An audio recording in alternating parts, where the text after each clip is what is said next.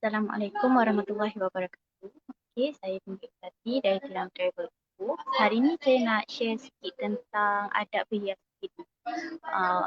Umat Islam memang digalakkan untuk berhias diri, tapi mesti akan ada batas-batas dia untuk kita berhias diri. Kita tak boleh macam terus-terus dia nak berhias diri tanpa memikirkan syariat. Jadi saya nak terangkan sikit, nak share sikit untuk kepada diri saya sendiri dan juga diri semualah tentang adab-adab berhias diri, apa kita punya batas-batas dia, apa kita kena buat supaya kita berhias diri mengikut syariat Islam.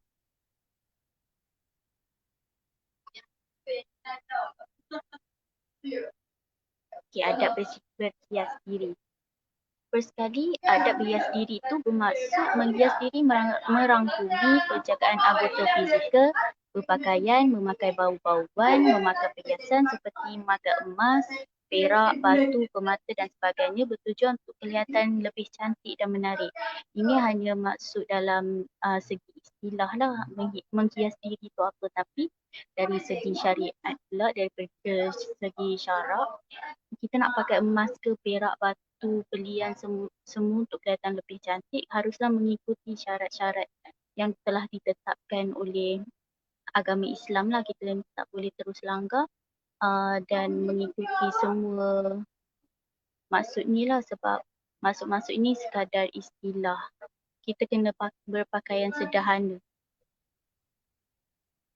Konsep hias diri. Satu adalah berhias salah satu cara untuk mengelokkan diri dengan berpakaian bersih, kemas dan cantik. Sebab kita nak berhias diri, kita nak orang semua pandang kita kemas, cantik. So kita akan ada keyakinan diri. Orang pun macam berasa yakin dekat diri kita sendiri untuk kita buat kerja ke apa. Kalau macam kita pergi kerja, lepas tu kita pakai tak kemas, busuk semua. Jadi orang pun tak yakin nak ambil kita kerja. Orang pun tak yakin nak bagi kita kerja, takut kita buat tak elok, takut kita tak betul semua. Okey, nombor dua, Islam menganjurkan umatnya berpakaian menutup aurat. Kemas dan indah kerana Allah telah memberi nikmat kepada manusia yang tidak diberikan oleh makhluk lain.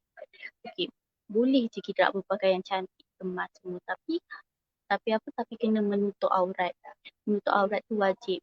Ada hukum-hukum dia lah, macam perempuan tapak tangan dengan muka, lelaki dari pusat ke lutut. Nak hias diri pun kita kena ikut syariat Islam, kita kena tutup aurat, tak boleh main hentam je nak hias diri, nak cantik semua. Okey, konsep dia ada 4, iaitu 1, menutup aurat, 2, suci, bersih dan kemas, 3, tidak riak dan takabur, 4, mengikut kemampuan. Jadi saya akan huraikan satu demi satu lah untuk kita tahu apa konsep berhias diri tu, apa patut kita buat kalau kita nak berhias diri. Sebab Islam tu indah dan mudah, kita boleh je berhias diri tapi mengikut syariat. Okey, 1, aurat menutup Islam. Bahagian anggota badan yang wajib ditutup dan dilindungi daripada pandangan ajnabi. Aurat lelaki dari pusat hingga ke lutut, aurat perempuan seluruh badan kecuali muka dan tapak tangan. Okey, untuk apabila kita nak berhias diri, nak pakai cantik, kita nak pakai wangi-wangi ke apa, kita first sekali kena tengok aurat. Jangan kata kita kena hias diri, kita main langgar, kita tak tutup aurat. Yang perempuan kena tutup aurat kecuali muka dan tapak tangan. Bukan hias diri kita boleh tak pakai tudung, boleh nak buka aurat semua, tak boleh macam tu. Sebab itu kita tak boleh langgar syariat Allah. Okay, lelaki pun sama. Lelaki pun ada aurat yang tersendiri dia dari pusat hingga ke lutut. Macam kita nak main, macam kalau lelaki nak main bola ke apa, kita kena pakai seluar ataupun seluar tight untuk bawah daripada lutut. Jangan macam untuk hias diri, bagi lelaki pakai seluar ketat-ketat, lepas tu atas lutut dan tunjuk dekat semua orang yang dia tu fashion. Tu tak boleh. Okey, yang kedua, suci, bersih dan kemas. Islam menganjurkan kita memakai pakaian yang suci dan bersih. Pakaian bersih bermaksud pakaian tidak ada sebarang najis atau kotoran. Kalau macam baju atau seluar kita dah terkena najis atau macam benda-benda kotor, kita harus menukar pakaian tersebut lah. Kita kena tukar pakaian tersebut supaya kita selesa, orang sekeliling kita pun selesa. Jadi itu ada adab kita berhias diri.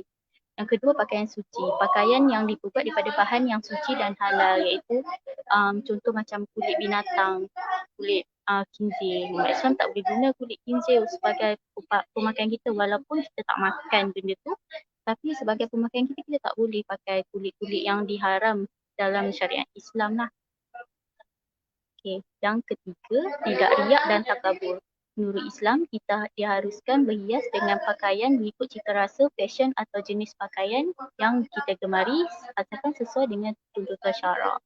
Okay, menurut Islam, kita boleh je nak berhias diri mengikut pakaian kita, ikut cita rasa kita sebab masing-masing ada cita rasa masing-masing semua. Kita boleh je berfashion tapi asalkan mengikut syarak. Kita macam yang saya cakap tadi, menutup aurat, suci, bersih, semua tak boleh langgar. Walaupun macam kita ada cita rasa sendiri. Jangan kita rasa cita rasa kita bagus, kita pergi buka aurat, tunjuk aurat sana sini untuk kita berfashion. Jadi ada adab yang tertentu. Yang keempat, mengikut kemampuan. Umat Islam hendaklah bersederhana, berhias, memakai pakaian. Membeli pakaian mengikut kemampuan dan tidak bermewah-mewah. Maksudnya bila kita nak berhias diri, adab dia, kita beli ikut kemampuan. Jangan nak menunjuk-nunjuk dekat orang padahal kita tak mampu. Bila kita tak mampu, kita berhutang dengan orang lain untuk sekadar memuaskan nafsu kita dalam menghias diri. Jadi kita dianjurkan untuk bersederhana memakai pakaian mengikut cita rasa kita.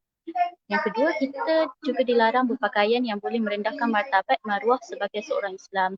Ini maksud dia, bila kita berpakaian, kita tak boleh merendahkan martabat Islam. Contohnya macam wanita Islam. Boleh berfashion semua tapi jangan rendahkan martabat dengan pakai pakaian-pakaian terdedah yang tidak mengikut syariat Islam, yang mendedahkan aurat kita, yang boleh merendahkan martabat maruah kita sebagai umat Islam bila semua orang tengok. Jadi secara tak langsung orang bukan non-Muslim pun bila tengok kita, oh Islam boleh pakai macam ni. Jadi dia dah merendahkan martabat dan maruah Islam tu sendiri. Jadi tak boleh kita berfashion mengikut syariat Islam. Okey, adab berhias diri. Nombor 1, menggalakkan amalan mandi. Hukum mandi ada 2 iaitu wajib seperti mandi hadas besar apabila kita habis hadas, mandi hadas besar. Yang kedua, sunat seperti mandi sunat Jumaat. Selain itu, bersugi atau menggosok gigi. Daripada Abu Hurairah, daripada Nabi Muhammad SAW bersabda, jika tidak memberatkan umatku, nescaya aku menyuruh mereka menggosok gigi setiap kali hendak menunaikan solat. Itu adalah adab berhias diri. Dia tidak wajib tapi elok kalau kita ikut. Sebelum solat tu kita gosok gigi supaya kita suci, kita bersih daripada segala kotoran dan sisa-sisa makanan dalam kita punya mulut. Yang ketiga, memakai bau-bauan. Okey, memakai bau-bauan ni boleh tapi ada 2 hukum memakai bau-bauan. Yang pertama, lelaki. Sunat lelaki pakai jika kita nak pergi ke masjid, itu menandakan macam kita bersemangat untuk kita pergi ke masjid dan orang pun rasa senang dengan kita. Tapi itu bagi lelaki. Jika perempuan pula, jika keluar rumah boleh pakai bau-bauan tapi haram memakai bau-bauan yang berlebih-lebihan yang boleh menarik perhatian lelaki lain lah. Kalau kita nak keluar rumah boleh kita sembur minyak wangi, bau-bauan tapi secara bersederhana, tak boleh macam terlalu over sebab dia boleh menarik perhatian lelaki lain. Tak boleh macam tu. Okay, yang ketiga, menyikat rambut. Suruhan membersih, menyikat dan memakai minyak rambut. Pernah dulu seorang pemuda tak terurus rambut nak berjumpa dengan Rasulullah SAW. Lepas tu pemuda itu terlebih dahulu disuruh mengemaskan rambutnya. Ini bermaksud sikat rambut juga antara adab berhias diri dan ia amat penting. Yang kelima, memotong kuku, mencabut kuku ketiak dan berari-ari supaya kita sentiasa menjaga kebersihan diri kita sendiri. Yang keenam, menghias muka. Manusia adalah sebaik-baik kejadian tapi kita boleh menghias muka tapi haram mengubah suai anggota badan seperti cukur kening ataupun cucuk-cucuk hidung ke cucuk muka bagi lebih cantik yang mengubah kejadian Allah Subhanahu Wa Taala.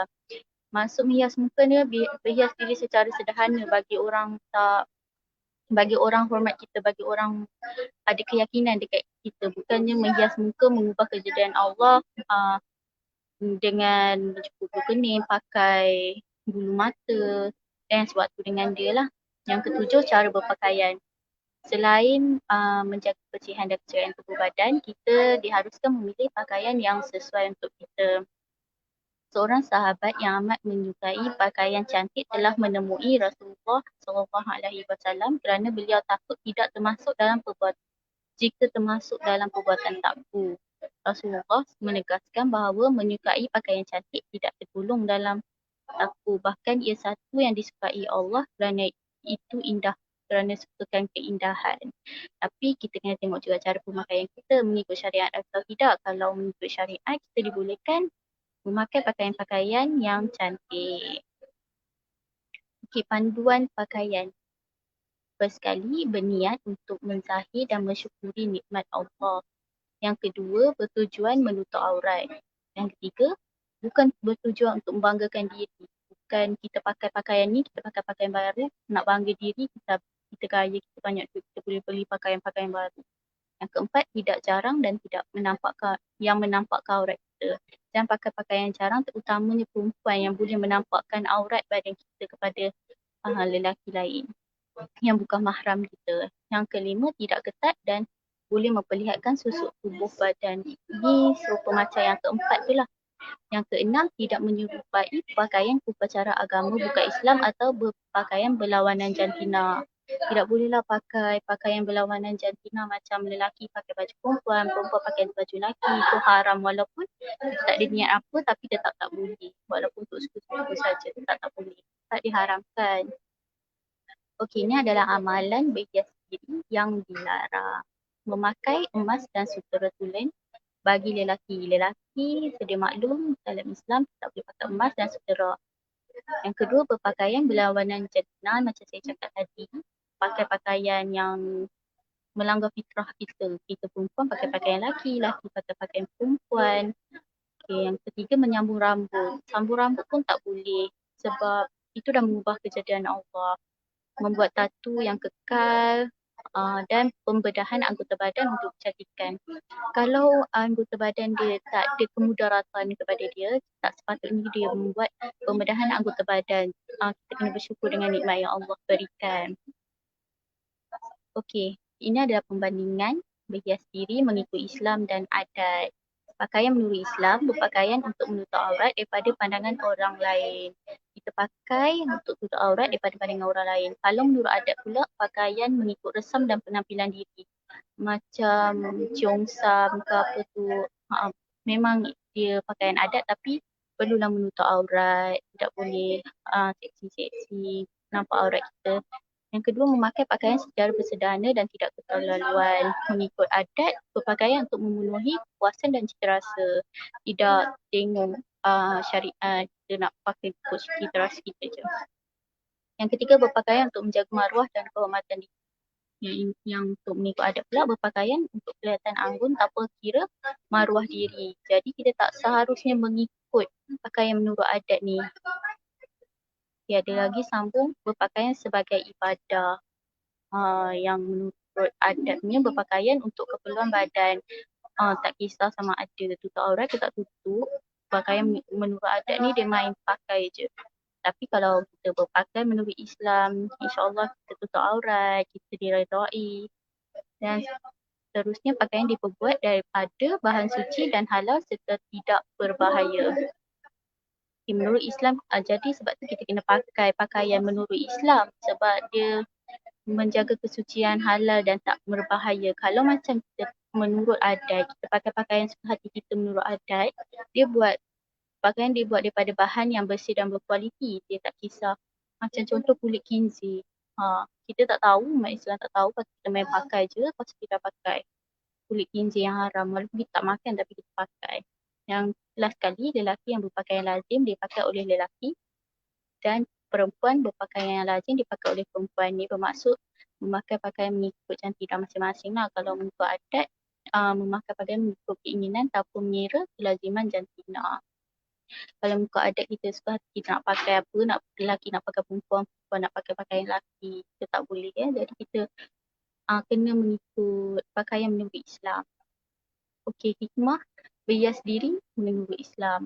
Dia dapat mendidik sifat qanaah dan syukur dengan nikmat yang diterima oleh kita daripada Allah Subhanahu Wa Taala, dapat memelihara maruah dan kehormatan diri, dapat melaksanakan ibadah pada bila-bila masa, mendidik kita supaya kita bersifat sederhana, menjauhkan diri daripada sifat sombong, riak dan megah-megah terhadap orang lain.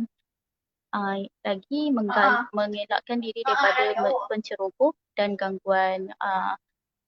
gangguan-gangguan dari luar lah.